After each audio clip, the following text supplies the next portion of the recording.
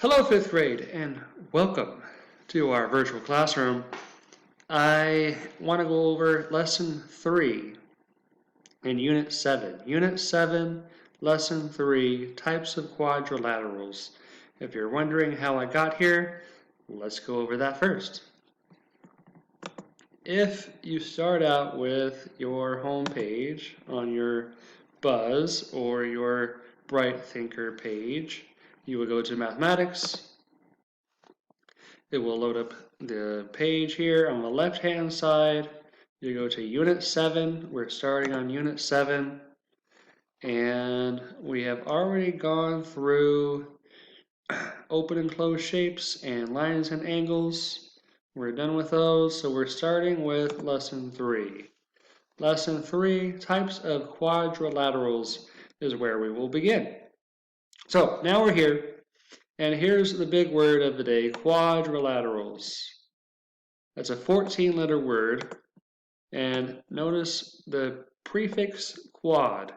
Quad means 4, so this is a big fancy word for a shape with 4 sides and 4 angles, a quadrilateral.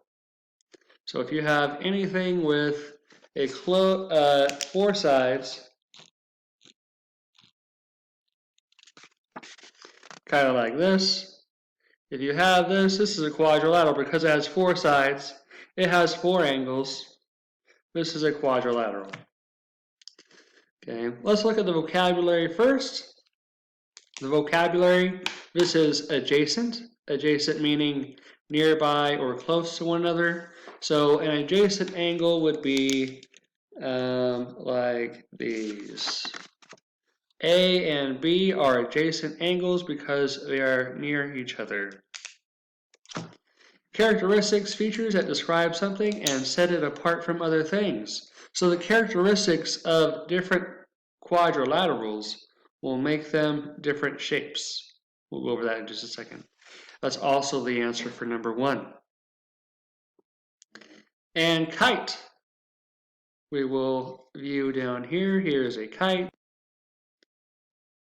A kite is here, and all the other shapes are down here as well.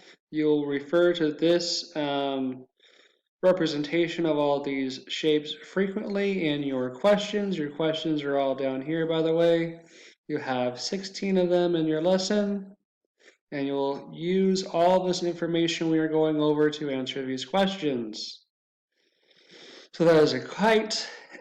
Parallel means that they are never crossing and staying the same distance apart. Usually we talk about parallel as in parallel lines. We know what parallel is. A parallelogram is a quadrilateral having the opposite sides of equal length, parallel to each other, and the opposite angles equal to each other. So a parallelogram, let's see if they have a shape down here that's a parallelogram. Actually, right here, a rectangle is a great example of a parallelogram because it has the top and the bottom are parallel and the sides are parallel. The same with a square is a parallelogram. A rhombus is a parallelogram because the top and the bottom are parallel and the sides are also parallel. So that's why these shapes are all in this box. These are all quadrilaterals that are parallelograms. So now you know what a parallelogram looks like. A quadrilateral, a rectangle, a rhombus, a square, a trapezoid, they're all right here. So we go over what all these shapes are, and then let's go through some examples here. If I asked, what is the shape? It has 2 opposite sides that are parallel and opposite angles that are not equal. So let's draw this. I'm going to have 2 lines that are parallel and 2 sides that are not equal. So it looks something like this. What could this be? This could be a trapezoid. Okay, I did not draw this as well as it is up here. This is a trapezoid. So that would be a trapezoid. all of these, I think we could go through, or you can go through them on your own. Remember, when you go through these questions, you're going to be back referring to these information up here. You should not miss any of these questions. Once you submit the questions, then you cannot go back and change them. That is your score. You are done. So make sure before you submit your assignment that you have them all correct. Okay. When you're going through your answers, make sure you come back and check your information up here, and then make sure you submit your assignment. That is lesson number 3.